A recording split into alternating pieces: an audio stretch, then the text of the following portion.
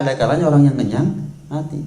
Jadi bukan berarti kalau kenyang panjang umurnya, kalau kelaparan pendek umurnya, enggak. Oh, kalau kenyang terus sehat, kalau nggak makan 2 hari sakit, enggak.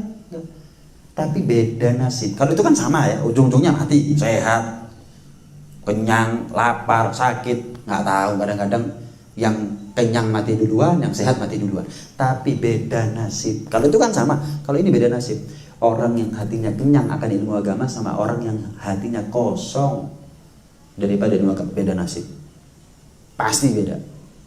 Orang yang hatinya terisi dengan ilmu agama, meninggalnya dia adalah awal kenikmatan. Orang yang hatinya kosong daripada ilmu agama, matinya dia adalah awal kesengsaraan. Jauh sudah bedanya. Lah kenapa kita ini kok bingung sama sesuatu yang apa namanya, jasmani tok, yang ujung-ujungnya mentok-mentoknya umur. Kenapa kita nggak lebih bingung untuk sesuatu yang sifatnya rohaninya kita? Yauma la yanfa'u malun wala banun illa man atallaha biqalbin salim. Hari akhirat itu hari di mana orang nggak selamat kecuali hatinya selamat. Hari akhirat itu hari di mana nggak ngasih manfaat harta maupun keturunan. Hari akhirat itu hanya menyelamatkan orang yang hatinya selamat. Orang itu hatinya selamat, tolak ukurnya dari ilmu agama. Bukan orang itu kalau kenyang masuk surga, lapar masuk neraka. Bukan orang itu kalau gemuk masuk surga karena sehat, kalau kurus masuk neraka karena sakit-sakitan. Enggak. Hatinya sehat atau hatinya sakit. Yang hatinya sehat masuk neraka, masuk surga. Yang hatinya sakit masuk neraka. Ini yang harusnya kita nomor satukan.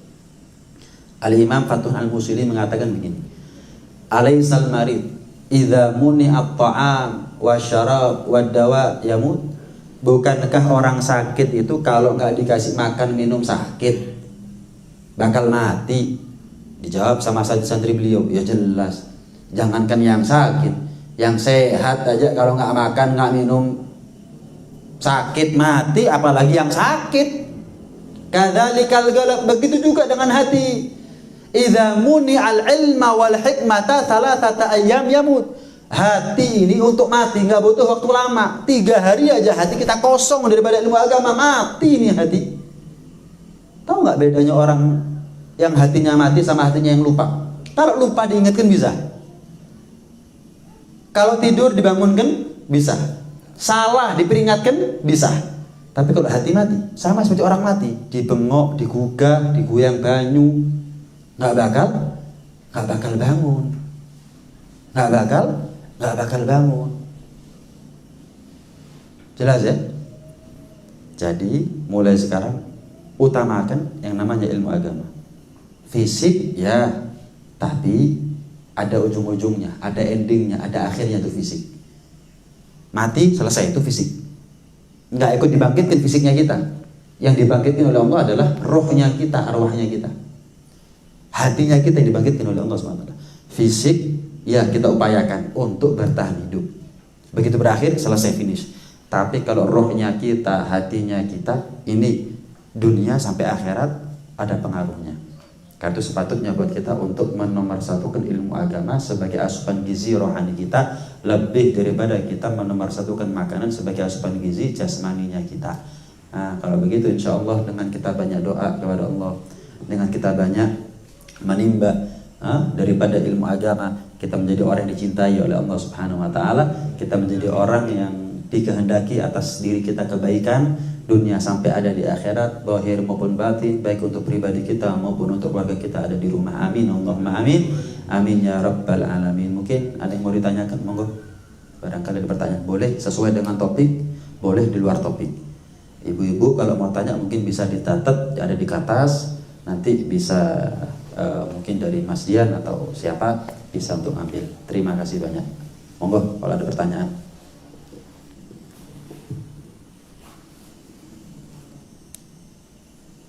Konten? Pak Ketut, ada pertanyaan Pak Ketut? Belum? Alhamdulillah.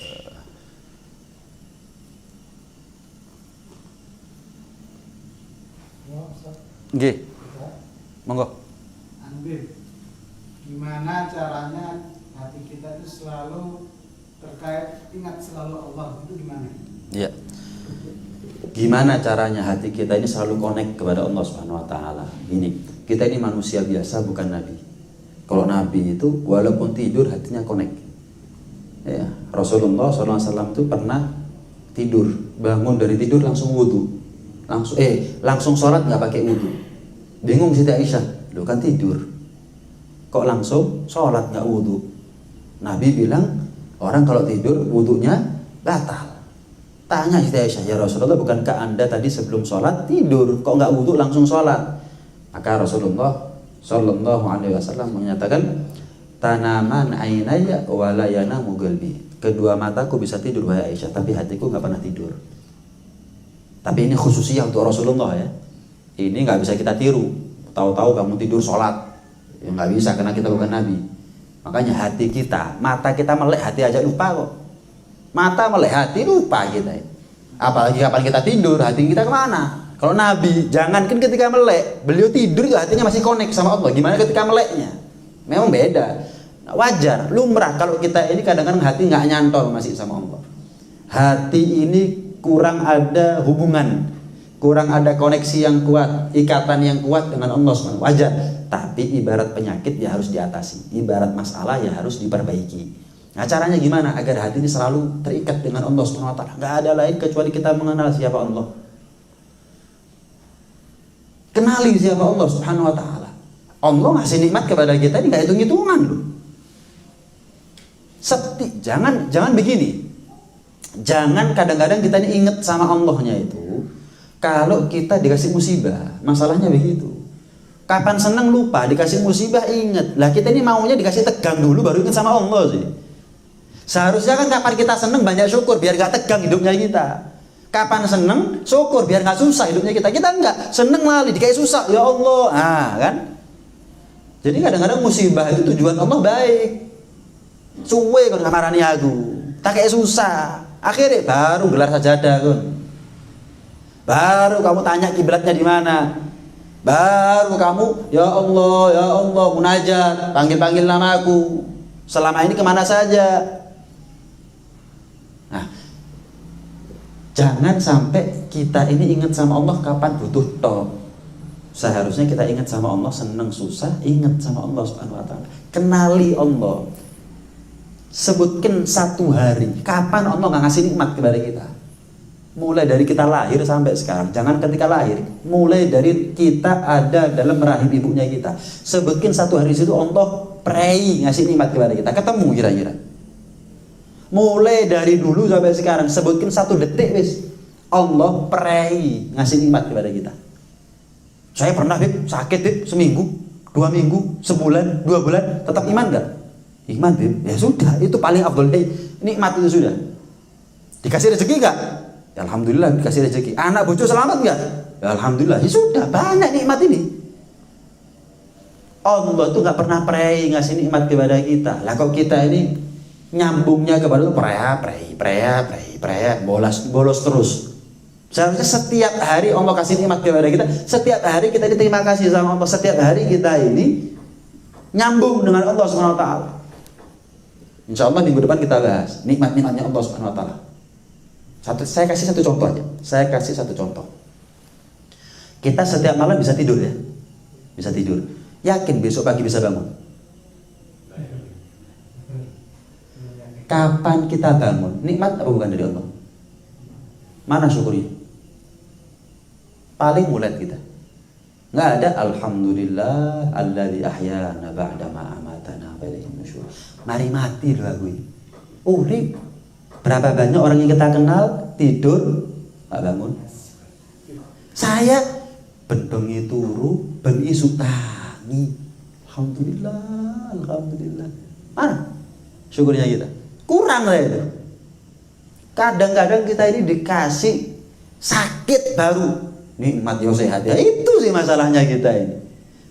Ketika sehat nggak syukur, akhirnya dikasih sakit biar dia sabar, akhirnya dia diampuni dosanya oleh Allah. Seharusnya kapan sehat syukur biar nggak dikasih sakit, kapan seneng inget biar nggak dikasih susah. Akhirnya ya memang watak manusia kayak susah baru eling nang Gusti Pangeran. Baru dia sadar iya ya aku butuh ambek Gusti Pangeran. Nunggu dikasih tegang. Nunggu dikasih tegang. Saya mau tanya. Uang 1 miliar. Nikmat napa boten? Ada yang bukan nikmat? Berani bilang 1 miliar bukan nikmat?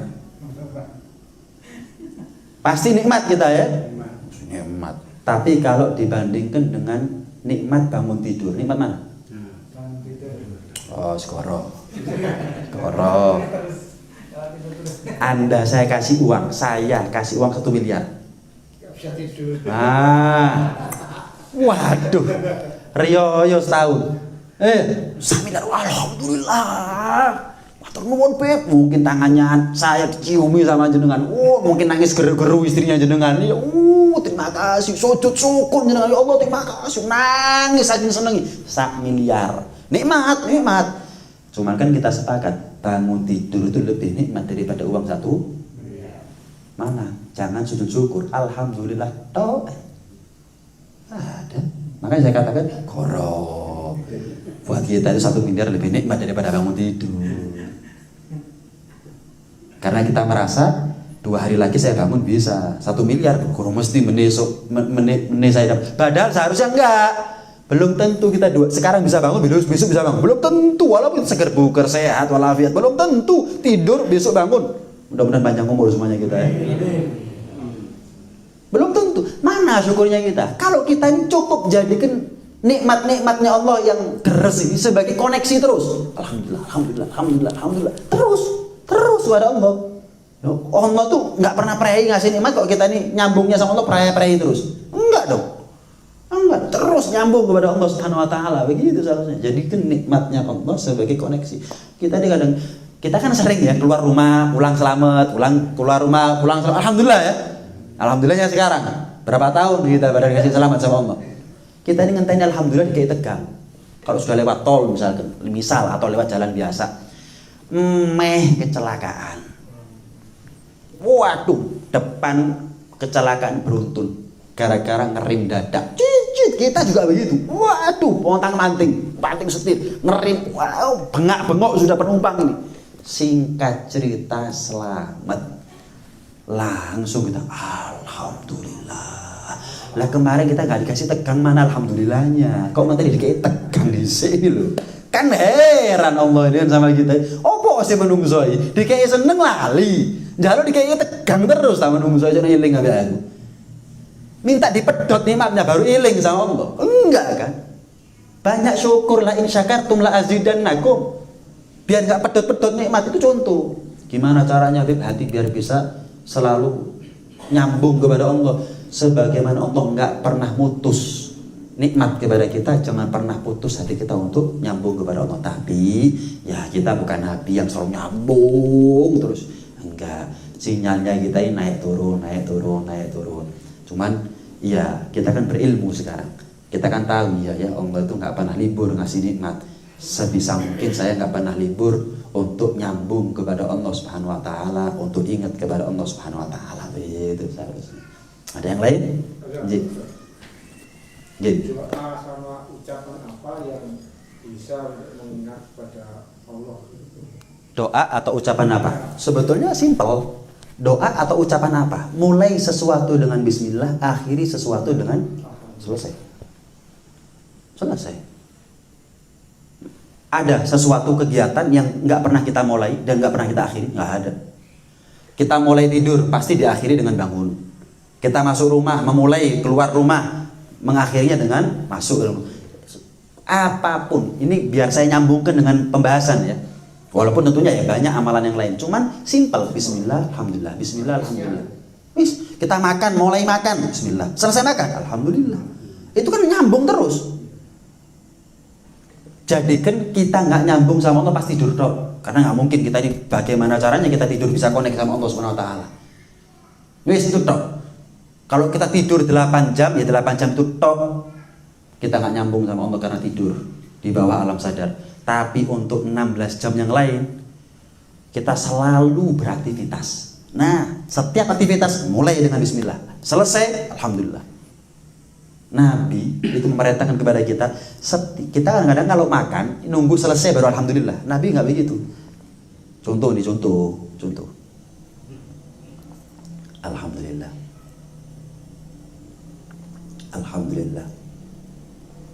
Alhamdulillah. Makan juga begitu. Satu suap nasi, alhamdulillah. Satu suap nasi, alhamdulillah. Bukan selesai habis airnya, baru alhamdulillah, enggak. Sunnahnya begitu. Sunnahnya. Jadikan aktivitas kita ini juga sebagai sarana biar kita selalu connect sama Allah. Sudah dikasih kesempatan untuk memulai dan dikasih kesempatan untuk mengakhiri aktivitas itu dengan selamat. Alhamdulillah, bismillah, alhamdulillah, bismillah, alhamdulillah, bismillah. Nikmat kalau hidup bisa seperti itu. Ini simple, belum yang lain. Ini tapi kalau kita amalkan, satu nilai yang besar bagi kita. Kenapa? Tidak kita mulai aktivitas kecuali kita sertakan namanya Allah. Tidak kita akhiri aktivitas kita kecuali kita bawa-bawa namanya Allah Subhanahu wa Ta'ala. Nikmat loh begitu. Bayangkan, nggak gampang loh sebetulnya. Walaupun kalau dipikir-pikir ya gampang. Ngelakon ini baru mesti. Bismillah, alhamdulillah, bismillah belum tentu. Itu aja kita amalkan, alhamdulillah itu sudah. Nah, monggo Pak. Kapan waktunya yang paling afdol berdoa? Waktu yang paling afdol berdoa ada berkaitan sama tempat. Misal seperti di Mekah, di Madinah, di bawah Ka'bah, di Multazam, ziarah Nabi SAW. Itu tempat-tempat yang mulia di mana kita bisa banyak berdoa. Ada kalanya kemuliaan berdoa itu tergantung daripada kemuliaan waktu. Kemuliaan waktu banyak. Setelah azan itu adalah waktu yang mustajab. Hari Jumat antara asar menjelang maghrib itu waktu yang mustajab. Khotib Jumat yang ketika duduk di antara dua khutbah, duduk kan khotib, itu waktu mustajab. Waktu mustajab. Setelah sholat, setelah salam, itu juga waktu mustajab. Sepertiga malam, itu juga waktu mustajab. Ketika Ramadan, itu juga waktu mustajab. Banyak. Ada kalanya kemuliaan doa tergantung kemuliaan tempat. Semakin mulia tempatnya, semakin mulia nilai doanya kita. Ada kalanya kemuliaan doa tergantung daripada kemuliaan waktu. Semakin waktu itu menjadi waktu yang mulia, doa kita menjadi doa yang mulia juga. Jadi doa mustajab tergantung tempatnya, ada kalanya tergantung waktunya. Itu. Ada yang lain? Monggo. Ini Habib untuk kirim doa ke ahli kubur. Iya. Kita seharian mengendara, dalam mengendara soal kirim doa itu bagaimana itu? Nggak ada masalah, bagus. Kirim doa sering-sering kepada ahli kubur itu bagus. Ya, terlepas daripada khilaf. Ya, cuman kalau kita mau ikut pendapat yang mengatakan bahwa kirim doa kepada ahli kubur itu sampai ada manfaatnya. Ya, ada manfaatnya. Itu bagus, apalagi anak kepada orang tua. Jangan sampai kita kirim Fatihah, kirim doa kepada ahli kubur tapi orang tuanya kelalen.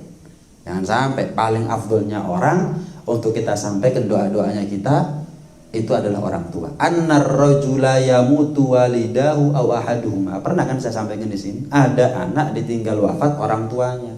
Yang mana ini anak dulu ketika orang tuanya hidup anak yang durhaka. Wa innahu la'aqun lahuma. Meninggal orang tuanya, maka pesannya Nabi fala yazalu yad'u lahuma wa yastaghfiru lahuma hatta yaktubahullahu barran lahuma. Senantiasalah anak itu mendoakan orang tuanya, memintakan ampun kepada Allah untuk kesalahan dan khilaf daripada orang tuanya sampai dia dicatat oleh Allah sebagai anak yang berbakti kepada orang tuanya. Jadi anak mendoakan orang tua di alam kuburnya itu bukan hanya orang tua yang dapat manfaat, anak juga dapat manfaat. Yang dulu di masa hidupnya dicatat sebagai anak yang durhaka, setelah wafat anaknya banyak mendoakan orang tuanya, dicatat sebagai anak yang berbakti. Paling afdolnya orang untuk kita doakan di masa hidupnya mereka maupun di masa wafatnya mereka adalah orang tua. Baru ahli kubur yang lain daripada saudara, kerabat, sanak famili, teman dan lain-lain. Itu. Ada yang lain? Ibu-ibu ada yang tanya nih? Nyampe suara dia? Nyampe. Ada yang lain? Mudah-mudahan. Monggo boleh. Guru sama orang tua. Afdol mana guru sama orang tua? Kalau kita bicara syariat, bicara hukum dulu ya. Guru itu lebih afdol daripada orang tua. Tapi bukan berarti anak itu nggak ngereken wong tua, sing direken guru tok. Bukan. Pertama yang perlu saya kasih tahu, guru sama orang tua lebih afdol guru. Kenapa? Karena guru itu abur ruh, bapaknya ruh. Guru agama maksud saya, guru yang didik kita sampai kenal siapa Allah, kenal siapa Rasulullah, bisa wudhu, bisa sholat, bisa ibadah, bisa genah kita bisa menjadi orang genah. Guru itu namanya. Bapaknya ruh. Sementara orang tua abul jasad, bapaknya jasad. Jasad nggak abadi, ruh abadi. Satu. Yang kedua, orang tua menyelamatkan kita dari api dunia. Tapi kalau guru menyelamatkan kita dari api neraka. Guru lebih afdal daripada orang tua. Maka senikmat-nikmatnya orang tua adalah orang tua yang bisa sekaligus jadi guru buat anak-anaknya. Nggak boleh kita dalam hal ini cemburu sosial kepada guru. Enak. Guru be mulya temane aku bapak ini. Otono duit yo aku. Karena yang dipikiri uang, materi, duniawi, jasad.